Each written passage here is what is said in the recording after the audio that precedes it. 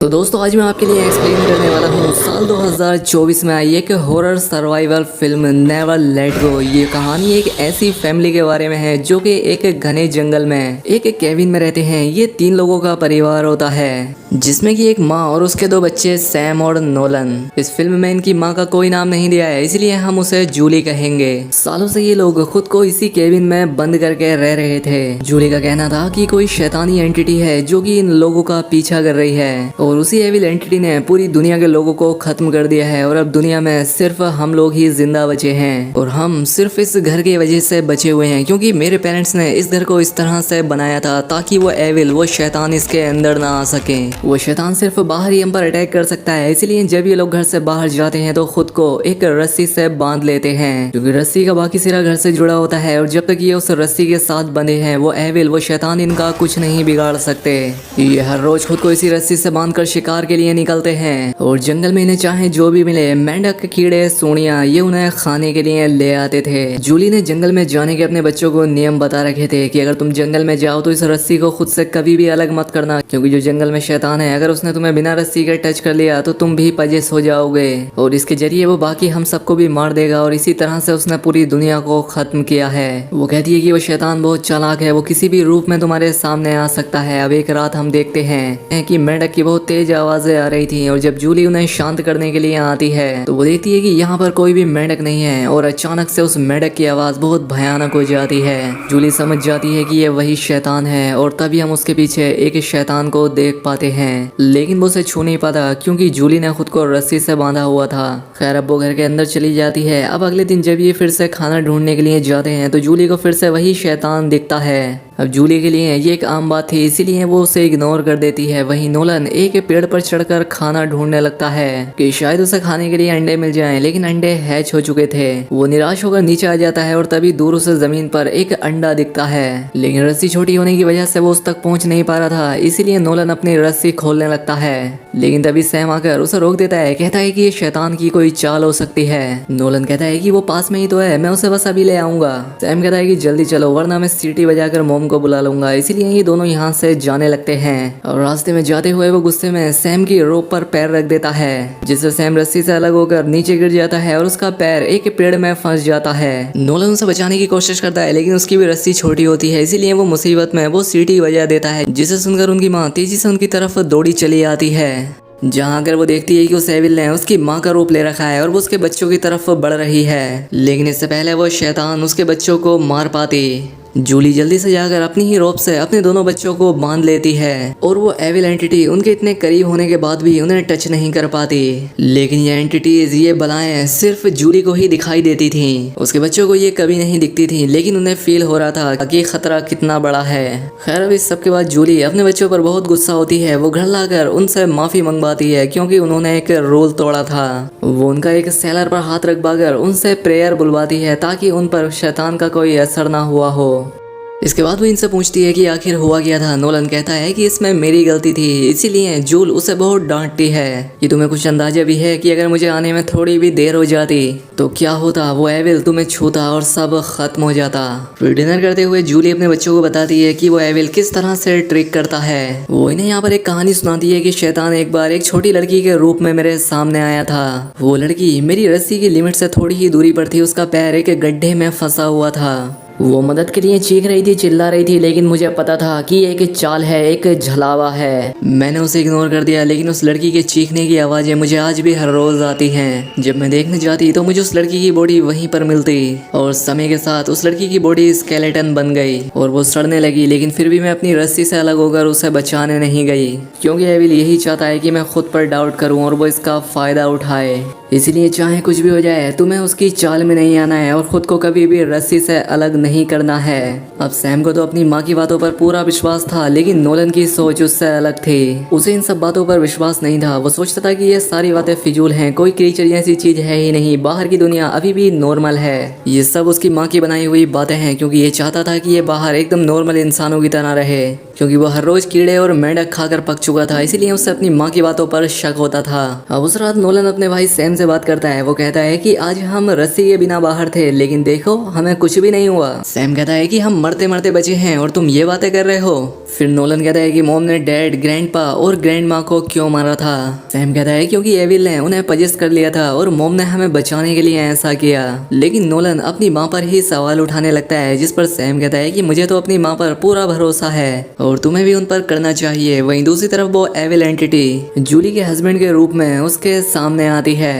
वो जूली के पास्ट के बारे में उससे कुछ बातें करता है और उसे इमोशनली तोड़ने की कोशिश करता है, लेकिन जूल कहती है कि वो मेरा पास्ट था और मेरा उससे कोई लेना देना नहीं है, मैं अब मैं जीती हूँ। जिस पर वो शैतान उसे धमकी देता है कि तुम ज्यादा दिन तक अपने बच्चों को नहीं बचा पाओगी और एक ना एक दिन मैं तुम्हें पजेस कर ही लूंगा और तुम्हारे जरिए तुम्हारे बच्चों का भी खात्मा कर दूंगा। अब अगले दिन जब जूली अपने ग्रीन हाउस में काम कर रही होती है तो नोलन देखता है कि उसकी माँ की पीठ पर एक सांप का टैटू बना हुआ था जो कि शैतान को दिखाता है। नोलन को ये काफी अजीब लगता है। वो कहता है कि जिस शैतान से आप भाग रही हैं उसी का टैटू तुमने बनवा रखा है, जिस पर वो उसे बताती है कि ये टैटू मैंने अपनी शादी से पहले बनवाया था। उस वक्त मैं एक अलग इंसान हुआ करती थी, मैं बाहर रहा करती थी, तब सब ठीक था और जब एविल्स ने लोगों पर अटैक करना शुरू किया तो मैं यहाँ इस घर में आ गई और पूरी तरह से बदल गई। नोलन कहता है कि ऐसा भी तो हो सकता है कि हम अकेले ना हो और हमारे जैसे और भी परिवार हों जो कि एविल से बचकर रह रहे हों, लेकिन जूल कहती है कि बाहर कोई नहीं है और जो बचे हैं वो सिर्फ हम हैं। अब रात में जब जूली नहा रही होती है तो नोलन वहाँ पर आता है जो कि नींद में चल रहा था, क्योंकि नोलन को नींद में चलने की बीमारी थी, इसलिए उसकी माँ ने उसके पैर में घंटी बांध रखी थी कि कहीं वो रात में नींद में घर से बाहर ना निकल जाए। लेकिन आज वो घंटी बांधना भूल गया था, इसलिए जूल उसे ले जाकर वापस उसे सुला देती है।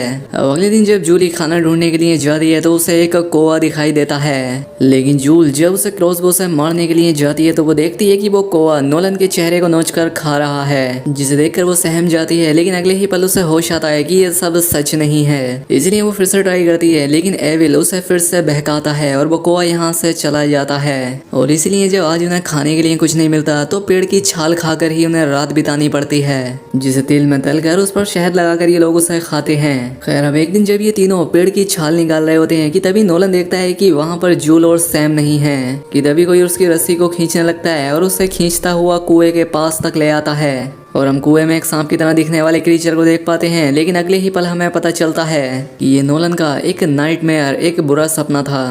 दरअसल वो नींद में चल रहा था और वो बिना रस्सी के बाहर आ गया था, लेकिन तभी जूली उसे आकर पकड़कर अंदर ले जाती है और उसे फिर से उसी सेलर में बंद करके उससे वो रिचुअल कराती है, जिस पर नोलन रोने लगता है। वो कहता है कि मुझे टॉयलेट जाना है, लेकिन जूली उसकी नहीं सुनती। खैर अब जूली थोड़ी देर में सेलर खोल देती है जहाँ पर नोलन ने पेंट में ही टॉयलेट कर दिया था।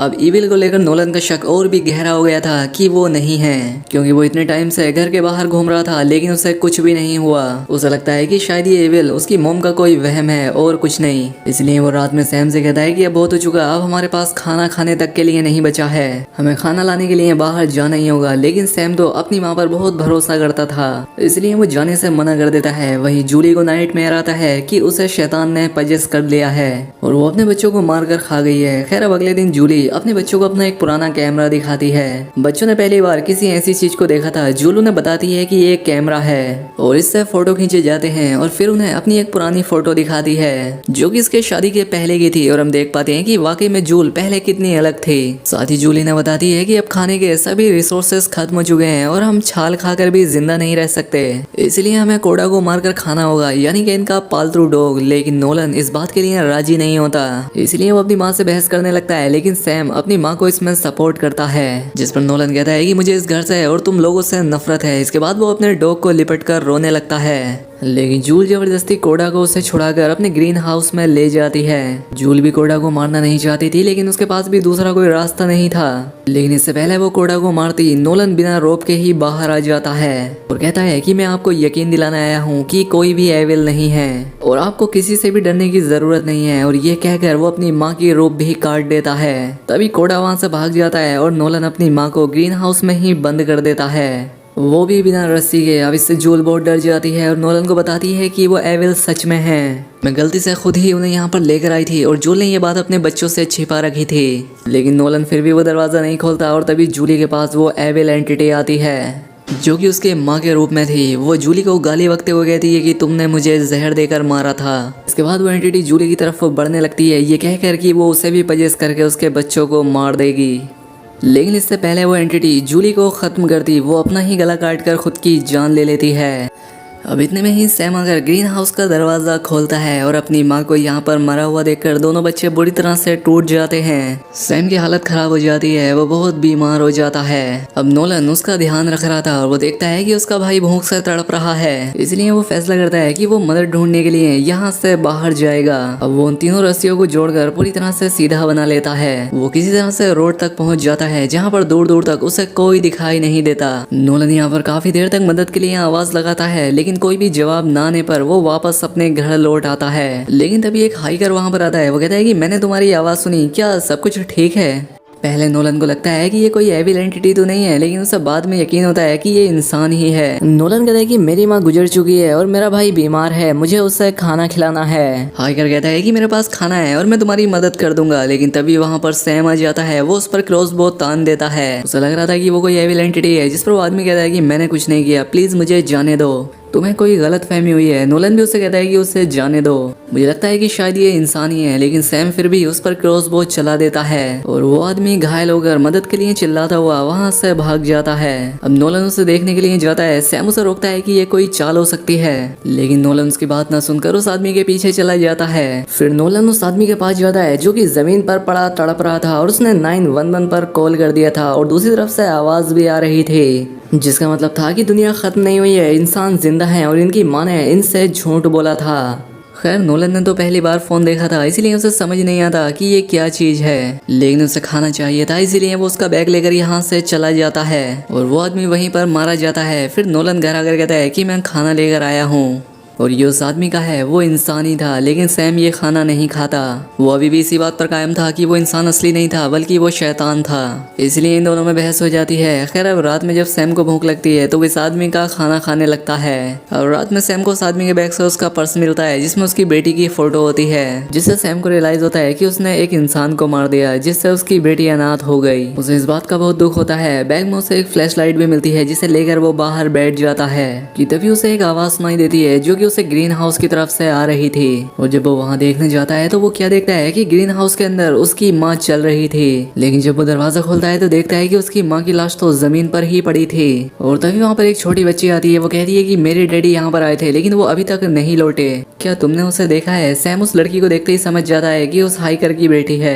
तभी वो लड़की कहती है कि फ्लैश लाइट तो मेरे पापा की है, तुमने उनके साथ क्या किया? सैम कहता है कि ये सब गलती से हुआ, जिससे वो लड़की समझ जाती है कि इसने उसके डैड को कुछ किया है। वो बच्ची डर के मारे यहाँ से भागने लगती है। सैम भी उसके पीछे जाता है, लेकिन रस्सी से बंधे होने की वजह से वो ज्यादा दूर नहीं जा पाता। सैम को यकीन था कि वो बच्ची असली है, इसलिए वो रस्सी खोलकर उसे ढूंढने जाता है। लेकिन तभी इस कहानी में एक भयानक मोड़ आता है। सैम को पेड़ पर एक एविल एंटिटी दिखाई देती है जिसके बहुत सारे हाथ थे और यहाँ पर ये रिवील होता है कि वो कोई असली बच्ची नहीं थी बल्कि एक एविल एंटिटी, एक शैतान थी और सांप की तरह उसकी एक लंबी जीभ थी जिससे वो सैम को टच करके उसे पजेस कर लेती है। जिसके बाद पजेस हुआ सैम घर के अंदर नोलन को बंद करके अपने घर को आग लगा देता है और कहता है कि अब ये घर भी तुम्हें बचा नहीं पाएगा। और जलते हुए घर के साथ कैमरे से एक सेल्फी लेता है। घर के अंदर नोलन खुद को बचाने की कोशिश कर रहा था कि तभी एक एविल एंटिटी जूली के रूप में उसके सामने आती है। वो नोलन को हॉन्ट करती है जिससे बचकर नोलन सेलर की तरफ आ जाता है। जब वो एंटिटी उसके करीब आती है तो वो चालाकी से